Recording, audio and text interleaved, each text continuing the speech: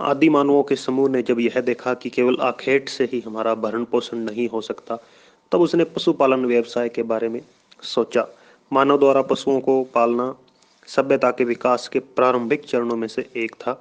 पशुपालन व्यवसाय को हम दो वर्गों में बांटते हैं: चलवासी पशुचारण, दूसरा वाणिज्य पशुधन पालन। चलवासी पशुचारण पशुओं पर आधारित होता है और चरवाहों की जीवन पद्धति का उनके पशुओं के साथ घनिष्ठ संबंध है। वे भोजन, वस्त्र और आवास के लिए पशुओं पर ही निर्भर रहते हैं। जब एक स्थान पर घास समाप्त हो जाती है तो ये लोग पशुओं के साथ दूसरे स्थान पर चले जाते हैं। तो इस प्रकार ये एक स्थान पर रहकर स्थायी जीवन व्यतीत नहीं करते, बल्कि भोजन की तलाश में एक स्थान से दूसरे स्थान की ओर जाते रहते हैं। इसी कारण इन्हें चलवासी कहा जाता है। चलवासी पशुचारण की मुख्य विशेषता यह है कि पशु पूर्णतः प्राकृतिक रूप से उगने वाले घास पर निर्भर करते हैं, यानी ये चारे की फसल नहीं उगाते, न ही कोई घास उगाने की व्यवस्था करते हैं। चारे और जल की तलाश में एक स्थान से दूसरे स्थान पर घूमते रहते हैं। कई क्षेत्रों में इनका प्रवास मौसमी होता है, जहाँ पर इन्हें ऋतु प्रवास कहा जाता है। जैसे भारत में जम्मू कश्मीर और हिमाचल प्रदेश के चरवाहे ग्रीष्म ऋतु में पहाड़ों की ओर तथा शीत ऋतु में मैदानों की ओर प्रवास करते हैं। चलवासी पशुचारण का विश्व में 3 प्रमुख क्षेत्र हैं।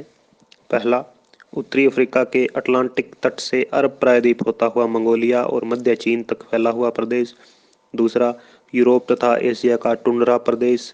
और तीसरा, दक्षिण पश्चिम अफ्रीका और उसके साथ मेडागास्कर द्वीप। वाणिज्य पशुधन पालन आज से लगभग 2 शताब्दी पहले शुरू हुआ, जब दूध, मांस, ऊन, खाल जैसे पशु उत्पादों की मांग बहुत बढ़ गई थी। इस प्रणाली में पशुओं को विस्तृत घास भूमि पर आधुनिक वैज्ञानिक पद्धति के अनुसार पाला जाता है। पशु चारे और जल की तलाश में स्थान स्थान पर नहीं घूमते, बल्कि उन्हें निश्चित बाड़ों में रखा जाता है।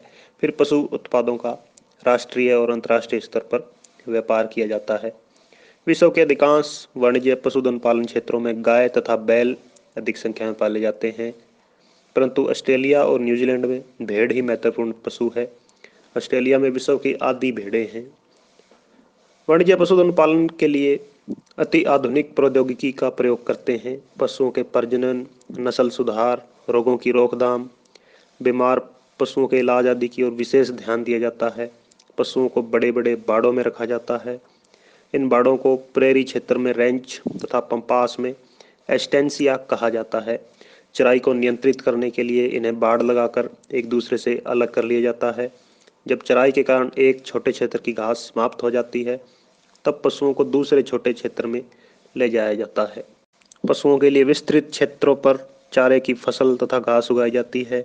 विशेष नस्ल के पशुओं का पालन अधिक से अधिक दूध या मांस उत्पादन के लिए हो रहा है। चारा फसलों की खेती, दूध, मांस का संसाधन तथा पशु उत्पादों की डिब्बाबंदी आदि सभी कार्य मशीनों द्वारा तथा वैज्ञानिक पद्धति से किया जाता है। इसके विश्व में क्षेत्र: उत्तरी अमेरिका का प्रेरी क्षेत्र, ब्राजील का पठारी भाग, अर्जेंटीना में विस्तृत पंपास का घास स्थल, वेनेजुएला का लानोस घास स्थल, दक्षिण अफ्रीका का वेल्ड, ऑस्ट्रेलिया तथा न्यूजीलैंड की शीतोष्ण घास भूमि,